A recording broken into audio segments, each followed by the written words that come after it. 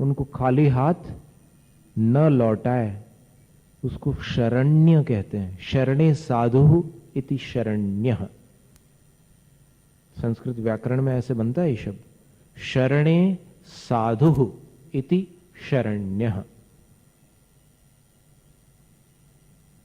जो रक्षा करने में उत्तम होते हैं वो शरण्य कहलाते हैं। तो हे शरण्य, शरण में आने वालों को निभाने वाले, पार्श्वनाथ भगवान से कह रहे हैं। और कारुण्य पुण्य वसति, करुणा की पवित्र वसति। वसति का मतलब आवास, निवास। पार्श्वनाथ भगवान से आचार्य कुमुदचंद्र स्वामी कह रहे हैं कि हे भगवान, आप करुणा के पवित्र निवास हो। करुणा का भगवान में अभाव नहीं हुआ है। एक सराग करुणा होती है और एक वीतराग करुणा होती है, ये जानने की बात है। सराग करुणा रागियों में पाई जाती है और वीतराग करुणा उनमें पाई जाती है। जिनेंद्र भगवान और सिद्ध भगवान में भी। तत्वार्थ सार ग्रंथ में मोक्षाधिकार में एक श्लोक आया है कि सिद्ध भगवान में भी करुणा होती है। और तत्वार्थ सार ग्रंथ के रचयिता कौन है पता है? समय सार के व्याख्याता, आत्मख्याति टीका के रचयिता आचार्य अमृतचंद्र स्वामी। उन्होंने तत्वार्थ सार ग्रंथ के मोक्षाधिकार में एक श्लोक लिखा है, जानतः पश्यतश्चोर्ध्वम् जगत कारुण्यतः पुनः अस्य बंध प्रसंगो न सर्वास्त्रव परीक्षयात। सिद्ध भगवान सारे जगत को जानते हैं, देखते हैं और करुणा भी करते हैं, लेकिन अस्य बंध प्रसंग है न, उनको कर्मों के बंध का प्रसंग नहीं प्राप्त होता। क्यों नहीं होता कर्मों का बंध? करुणा करते हैं फिर भी बंध नहीं होता, जबकि करुणा से तो पुण्य होना चाहिए। अगर रागी जीव करुणा करे तो उसको पुण्य होगा, होता ही है। किसी भी जीव पर दया करो तो पुण्य का बंध होता ही है। तो फिर भगवान को बंध क्यों नहीं होता, सिद्ध भगवान को? तो आचार्य कहते हैं सर्वास्त्र परीक्षात, क्योंकि उनके पास मिथ्या दर्शन नहीं है, अविरति नहीं है, प्रमाद नहीं है, कषाय नहीं है और योग नहीं है। पांचों आश्रव नष्ट हो चुके हैं, इसलिए बंध नहीं होता, लेकिन करुणा होती है। तो इसलिए कभी ऐसा मत कहना कि भगवान में करुणा नहीं होती। भगवान करुणा निधान है। सबसे शुद्ध करुणा अगर किसी में होगी, भगवान के पास होगी, क्योंकि उनकी करुणा में राग का मिश्रण नहीं होगा। तो यहां पर आचार्य जो कह रहे हैं कारुण्य पुण्य वसते, पार्श्वनाथ भगवान से कह रहे हैं। अब इसमें फिर ऐसी कल्पना मत करना कि ये कल्याण मंदिर स्तोत्र में तो सब उल्टी सीधी बातें लिख दी है, इसलिए इसको हम नहीं पढ़ेंगे, हम तो भक्तामर पढ़ेंगे। ऐसा नहीं। इसका मतलब यह है कि आपको आचार्यों की बात भी उल्टी सीधी लग रही है। आपको यह नहीं लगता कि अपनी बुद्धि उल्टी हो सकती है और उनकी बात सीधी होगी? नहीं, अपने को मतलब यहां पर किसी व्यक्ति विशेष के लिए नहीं कहा जा रहा है, लेकिन जिसको अगर ऐसी भावना आ जाए कि भाई ये स्तोत्र तो बिल्कुल, इसमें तो ऐसी सब बातें लिखी हुई है, तो ये बात गलत नहीं लिखी है, सही लिखी है। करुणा की पवित्र वसति का। और कैसे हैं भगवान? तो संबोधन कर रहे हैं कि हे भगवान, हे नाथ, हे वशिनाम वरेण्य। वशी कहते हैं संयमी को, जिन्होंने इंद्रियों को और मन को वश में किया है उनको वशी कहते हैं। और षष्ठी के बहुवचन में वशिनाम और वरेण्य का अर्थ होता है श्रेष्ठ,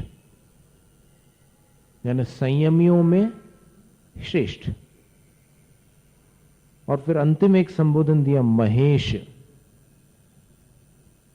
हे महान ईश। महांश्चाशो ईशश्च, कर्मधाराय समास कर दिया। तो जो ईश माने स्वामी है, लेकिन कैसे स्वामी है? महान स्वामी। हे महेश, त्वम, आप, दयाम विधाय, दया करो। आचार्य कुमुदचंद्र स्वामी भगवान पार्श्वनाथ स्वामी से कह रहे हैं कि आप दया करो। किस पर दया करो? भक्त्या नते मई, भक्ति पूर्वक, नत यानी झुके हुए, नम्रीभूत, मई यानी मुझ पर दया करो।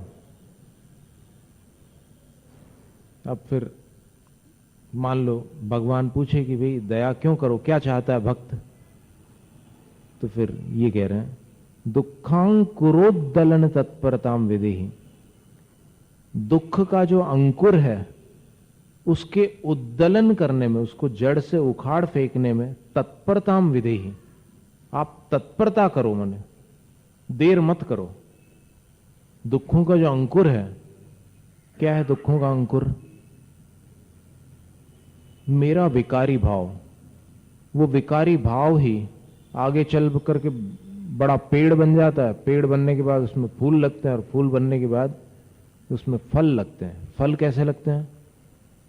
4 गति संबंधी, 84 लाख योनियों से संबंध रखने वाले अनेक प्रकार के उपद्रव। तो हे भगवान, मेरे दुखों के अंकुरों को नष्ट करने की ताकत मेरे पास तो नहीं है, लेकिन आप ही उनको उखाड़ दीजिए, ऐसी मेरी प्रार्थना है। ये बात सच है कि भक्ति मार्ग में यही क्रम होगा। 3 मार्ग है। एक भक्ति का मार्ग है, एक ज्ञान का मार्ग है और एक ध्यान का मार्ग है। वैसे तो भक्ति, ज्ञान और वैराग्य कहते हैं, लेकिन वैराग्य के बिना ध्यान नहीं होता, इसलिए उसको वैराग्य का मार्ग कहते हैं। है वास्तव में वैराग्य का फल क्या है? ध्यान। ध्यान के लिए 5 बातें आवश्यक हैं। वैराग्यम तत्व विज्ञानम नैर्ग्रंथ्यम समचित्तता परेशः जयश्चेति पंचैते ध्यान हेतवः। 5 ध्यान के हेतु हैं। कौन से 5? सबसे पहली चीज वैराग्य होना चाहिए। वैराग्य के बिना ध्यान नहीं लगता, आपको अनुभव है। कोशिश की कभी आपने ध्यान लगाने की? कहां जाता है मन? जिसके प्रति राग होता है या द्वेष होता है वहीं जाता है। देखो आप कभी भी मन जाएगा ना ध्यान के समय, कहां जाता है? ऐसे आप आंख बंद करके बैठे हैं, बहुत शांति से बैठे, सब व्यवस्था आपने अच्छी जमा ली, लेकिन फिर भी मन थोड़ी देर आपने ध्यान में लगाया और फिर कहां गया? कभी दुकान पर जाता है, कभी अहमदाबाद जाता है, कभी सूरत चला जाता है, कभी मुंबई जाता है। क्यों जाता है? राग के कारण या द्वेष के कारण। कभी अपने किसी अनिष्ट का स्मरण होता है। ध्यान के समय अपन सोचते रहते हैं कि देखो मैंने तो अच्छा समझकर उसको पैसे दिए, अभी तक लौटा नहीं, 4 महीना हो गया, तो उसका स्मरण होता है, उसका ध्यान। फिर कितनी देर तक के सोचते रहता हूं। एक बार अगर याद आ जाए कि उसने पैसा नहीं लौटाया, फिर आप नमो हरिंताणम पढ़ सकते हो क्या? नहीं, फिर पढ़ ही नहीं सकते। वो आप जब तक थोड़ा बहुत हिसाब ना कर लो मन में, तब तक वापस नमो हरिंताणम नहीं होता। तो क्या मतलब हुआ? वैराग्य के बिना ध्यान स्थिर नहीं होता। पहला ध्यान का पहला हेतु क्या है? वैराग्य। और दूसरा तत्व ज्ञान, तत्वों की पहचान होनी चाहिए, तो ध्यान स्थिर होता है। जीव तत्व, अजीव तत्व, आश्रव, बंध, संवर, निर्जरा, मोक्ष, तत्व विज्ञानम।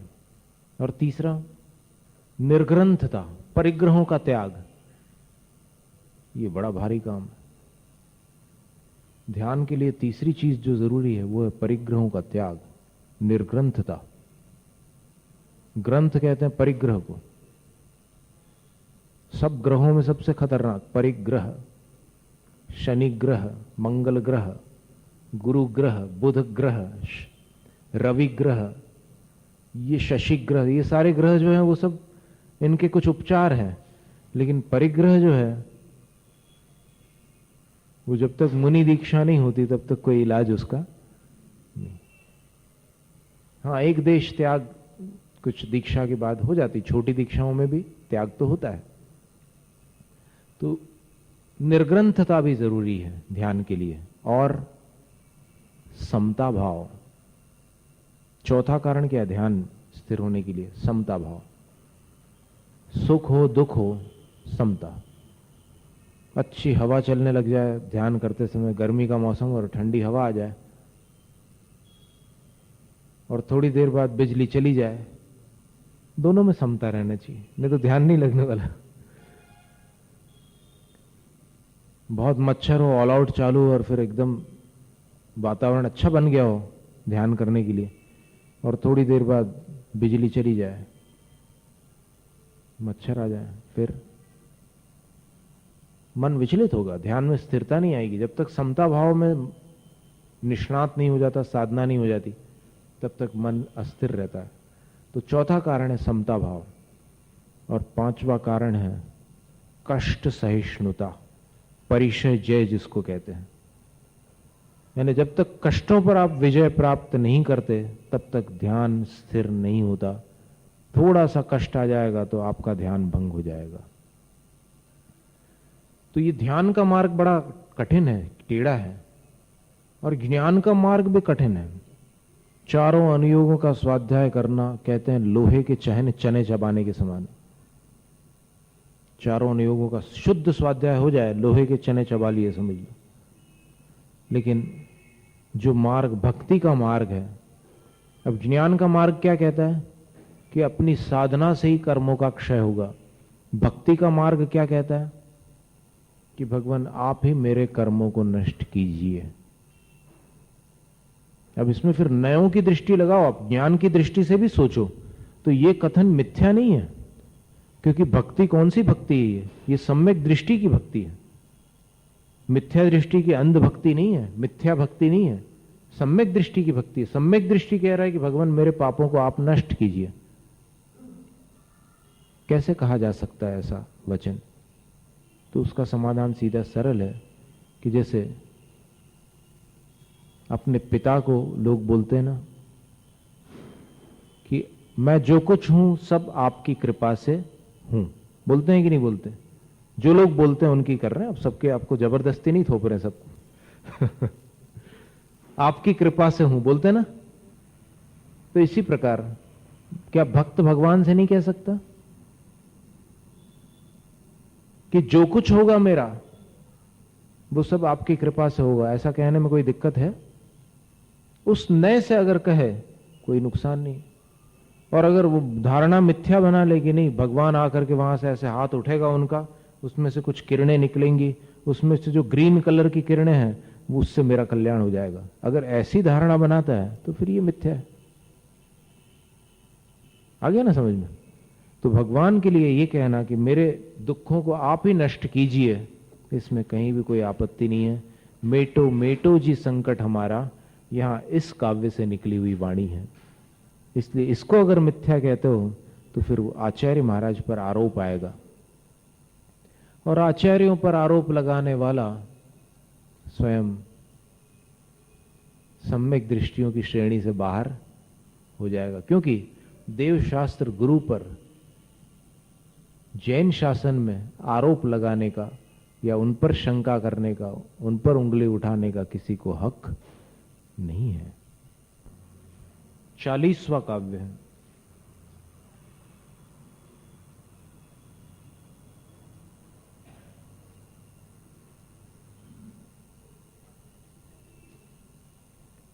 निसंख्य सार शरणम शरणम शरण्य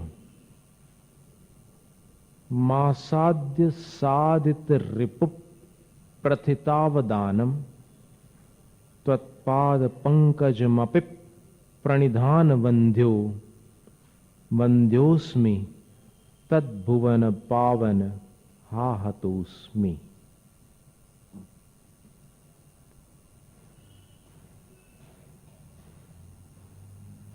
निसंख्य सार शरणम शरणम शरण्य, अनुप्रास अलंकार है।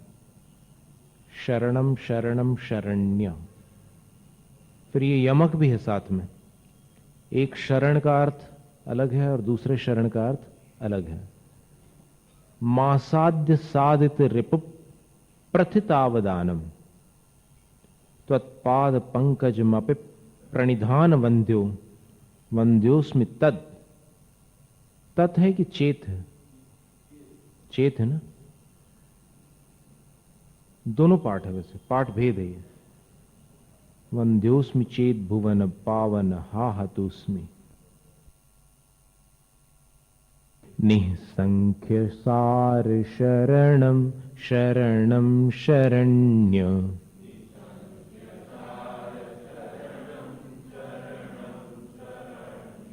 मासाद्य साधित रिपु प्रथितावदानम।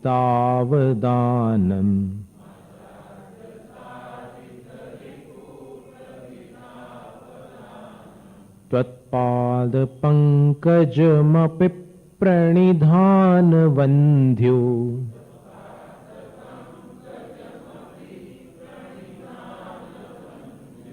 वंद्योस्मि चेत भुवन पावन हा हतोस्मि।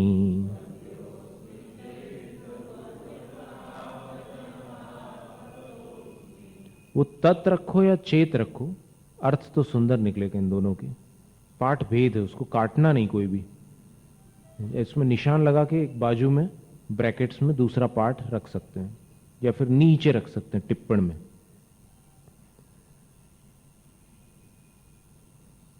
हे भुवन पावन, अंतिम चरण में संबोधन है भगवान पार्श्वनाथ स्वामी के लिए कि हे पार्श्व प्रभु भुवन पावन। भुवन पावन माने भुवनेषु पावन अथवा भुवनेषु या भुवनानि पावनानि यस्मात् असौ, तीनों जगत जिनके कारण पवित्र हो गए, ऐसे भुवन पावन, अथवा तीनों जगत में जो पावन अर्थात पवित्र हैं ऐसे। तो ठीक है, तीनों जगत में पवित्र पार्श्वनाथ भगवान हैं ही हैं। तो हे भगवान चेत यदि त्वत्पाद पंकज मपि आसाद्य, आपके चरण कमलों को पाकर भी मैंने गलतियां की है, तो मुझे उसका दंड मिलता ही है, मिलेगा ही। कैसे हैं भगवान के चरण? तो बोले निसंख्य सार शरणम। निसंख्य यानी असंख्यात, माने जिनकी कोई संख्या नहीं, अनगिनत अनगिनत सारभूत पदार्थों के शरण यानी घर। भगवान के चरण कैसे हैं? यानी संसार के अगणित श्रेष्ठ पदार्थ जहां मिल सकते हैं,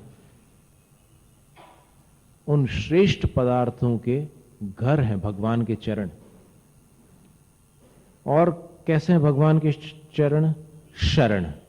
पहले शरण का अर्थ हो गया घर, दूसरे शरण का अर्थ हो गया रक्षक।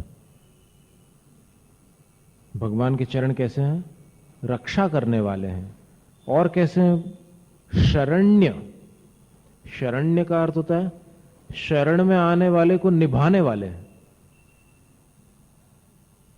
शरण का अर्थ रक्षक है, और शरण्य का अर्थ शरण में अगर कोई आ जाए भगवान के चरणों की तो उसको निभाएंगे, उसको मझधार में छोड़ने वाले नहीं हैं, पार लगाने वाले हैं। और कैसे हैं भगवान के चरण? तो साधित रिपु प्रतिथावदानम। साधित रिपु यानी जिन्होंने रिपु अर्थात कमठ रूपी शत्रु को परास्त करके, नष्ट करके, पराजित करके प्रथित आवदानम ख्याति को प्राप्त किया है, अपनी शूरवीरता के विस्तार को जगत में प्राप्त किया है। ऐसे आपके चरण कमल को प्राप्त करके भी यदि हे भुवन पावन मैं प्रणिधान वंद्यो,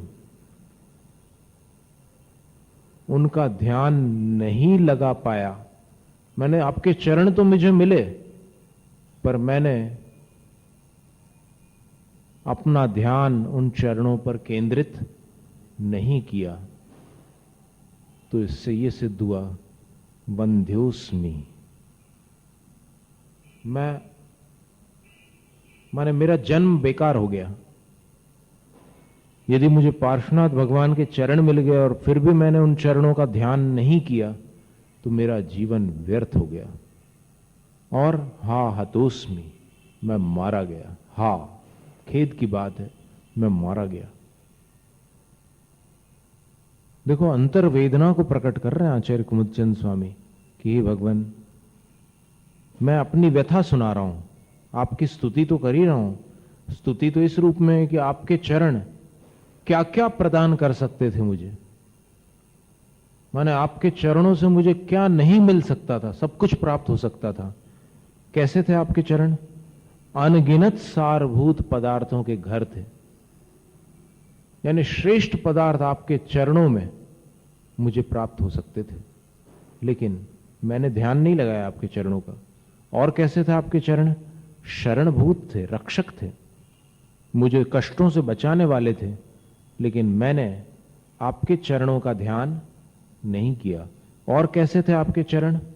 शरण्य थे, माने जो शरण में आ जाए उसको निभाने वाले थे, मझधार में छोड़ने वाले नहीं थे, लेकिन मैंने आपके चरण कमल का ध्यान नहीं किया। और कैसे थे आपके चरण? साधित रिपु प्रतितावदानम, ऐसा नहीं कि सिर्फ जिसकी नाम बढ़ाई हो रही हो, वास्तव में जिन्होंने शत्रु को जीता था, एक तो कमठ रूपी शत्रु को परास्त किया था समता भाव से, और दूसरा कर्म रूपी शत्रुओं पर विजय प्राप्त की थी। तो वास्तव में शत्रु को जीतने के कारण प्राप्त हुई है ख्याति, जिनको साहस संबंधी, ऐसे वीर, ऐसे शूरवीर आपके चरण का अगर मैंने ध्यान नहीं लगाया तो मेरा जीवन बेकार है। और हा, खेद की बात है कि मैं मारा गया, हतोस्मि। माने जो वही वाली बात आती है कि एक तो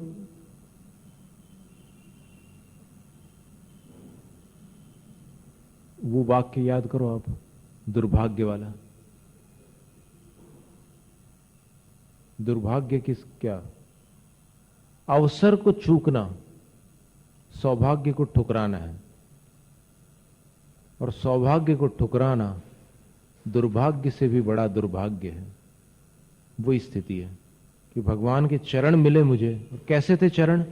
इतनी विशेषताओं वाले, फिर भी मैंने उन चरणों का ध्यान नहीं किया, तो फिर मैं तो मारा गया, मेरा जीवन बेकार हो गया। इस प्रकार यहां पर हे भुवन पावन, सारे जगत को पवित्र करने वाले पार्श्वनाथ भगवान को संबोधित करते हुए कहा गया है कि अगर आपके चरणों को पाकर भी मैं उनका ध्यान न करूं तो फिर मेरा भाव व्यर्थ है। अब 41वां काव्य है, देवेंद्र वंद्य विदिताखिल वस्तुसार, संसार तारक विभो भुवनाधिनाथ, त्रायस्व देव करुणाहृद माम पुनीहि, सीदंत मध्य भयदब, यहां स्वराघात है, सीदंत मध्य भयदब व्यसनांबुराशेहि। देवेंद्र वंद्य विदिताखिल वस्तुसार,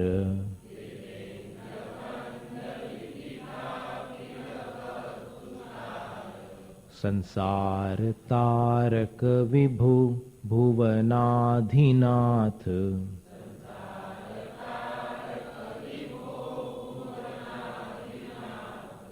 त्रायस्व देव करुणाहृद मां पुनीहि,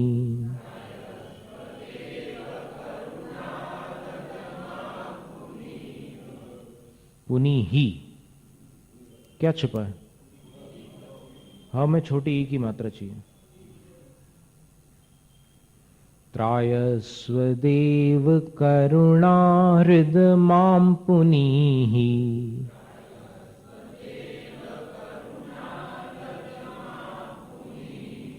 सीदंत मध्य भयदव्यसनांबुराशेहि।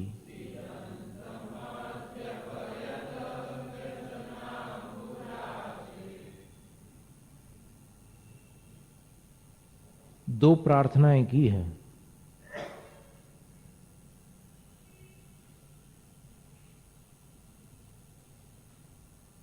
आचार्य कुमुदचंद्र स्वामी भगवान पार्श्वनाथ स्वामी से कह रहे हैं, देवेंद्र वंद्य, देवों के इंद्रों द्वारा वंदनीय, विदिताखिल वस्तु सार, विदित है अखिल वस्तुओं का सार जिनको, अर्थात सब पदार्थों के सब गुण पर्यायों को जिन्होंने जाना है, और संसार तारक, संसार से जो पार लगाने वाले हैं, संसार से तारने वाले हैं, और विभो, विभो यानी अनंत शक्तिमान है, और भुवनाधिनाथ, सारे लोक भुवन या जगत के अधिनाथ है, स्वामी है, और देव, देव का अर्थ देने वाले, अथवा देव का अर्थ दिव्यता को प्राप्त, अरहंत भगवान पार्श्वनाथ प्रभु, और एक विशेषण करुणा हृद, करुणा हृद।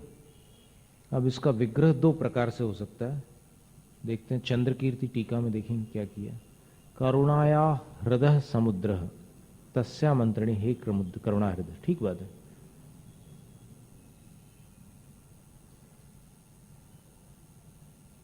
करुणा के हृद, हृद का अर्थ जलाशय होता है। हृद शब्द आपने सुना है कभी पहले? नहीं सुना? किसी ने नहीं सुना पूरी सभा में?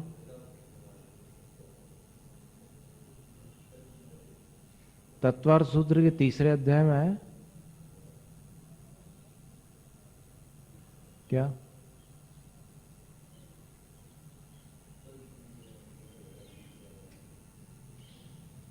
मणि विचित्र पार्श्व उपरी मूल्य चतुल्य विस्तारा, फिर पद्म महात्पद्म तिगिंच केसरी महापुंडरीक पुंडरीका हृदास तेषाम उपरी। वो जलाशय को कहते हैं हृद। तो करुणा के जलाशय हैं जिनेंद्र भगवान पार्श्वनाथ प्रभु। तो इतने सारे संबोधन दे करके, मतलब 1 2 3 4 5 6 7 7 संबोधन देकर पार्श्वनाथ भगवान से आचार्य कुमुदचंद्र स्वामी कहते हैं, अद्य, आज, माम त्रायस्व, मुझे बचा लो। अब कहां से बचाना है, कौन से संकट से निकालना है? तो भयदब व्यसन अंबुराशि है। भयदब माने भयंकर, व्यसन का अर्थ यहां पर संकट है, और अंबुराशि का अर्थ समुद्र है। भयंकर संकटों के समुद्र से माम त्रायस्व, मुझे बचा लो। और संकट के समुद्र में मेरी क्या दशा हो रही है? बोले सीदंतम, मैं बहुत दुखी हूं, मैं बहुत परेशान हूं, मैं थक गया हूं, मेरी रक्षा करो। और फिर दूसरी प्रार्थना क्या कर रहे हैं? माम पुनीहि, मुझे पुनीत बना दो। पुनीत का अर्थ क्या होता है? पवित्र, मुझे पवित्र बना दो। ऐसी 2 प्रार्थनाएं की है इसमें। पूरे विशेषण बहुत लंबे हैं, बहुत सारे हैं। देवेंद्र व्यंद्र, देवों के इंद्रों द्वारा वंदनीय। अब देखिए 12 स्वर्गों के, मतलब ये कहना चाहिए 16 स्वर्गों के 12 इंद्र भगवान के चरणों की वंदना करते हैं। देवों के इंद्रों के द्वारा वंदनीय। और फिर देवों में और भी बहुत सारे इंद्र हैं। भवनवासी संबंधी इंद्र है, व्यंतरों के इंद्र है, ज्योतिष के देवों के इंद्र है। ये सब भगवान की वंदना करते हैं। और विदिता अखिल वस्तु सार, जान लिया है अखिल वस्तुओं के सार को जिन्होंने, तो सर्वज्ञ है। उनका संबोधन करते हुए आचार्य कह रहे हैं कि हे पार्श्व प्रभु, हे सर्वज्ञ भगवान, संसार तारक, संसार से तारने वाले, हितोपदेशी, हे विभो, सर्वशक्तिमान, और भुवनाधिनाथ, तीनों जगत के स्वामी, हे देव, हे करुणा हृद, करुणा के जलाशय, सरोवर, भयदब व्यसनाम्बुराशि, भयंकर संकटों के सागर से माम त्रायस्व, मुझे बचाइए। मैं कैसा हूं? सीदंतम, बहुत दुखी हूं, परेशान हूं, और मुझे देर भी नहीं करना है। अद्य, आज ही बचा लो मुझे। ऐसा नहीं कि कल, परसों, नरसों, अगले हफ्ते, वो नहीं चलेगा। मेरी प्रार्थना तो ऐसी है भगवान कि आज ही मुझे बचा लीजिए। और दूसरी प्रार्थना ये है, माम पुनी ही, मुझे पुनीत बनाइए, अर्थात मुझे पवित्र कीजिए।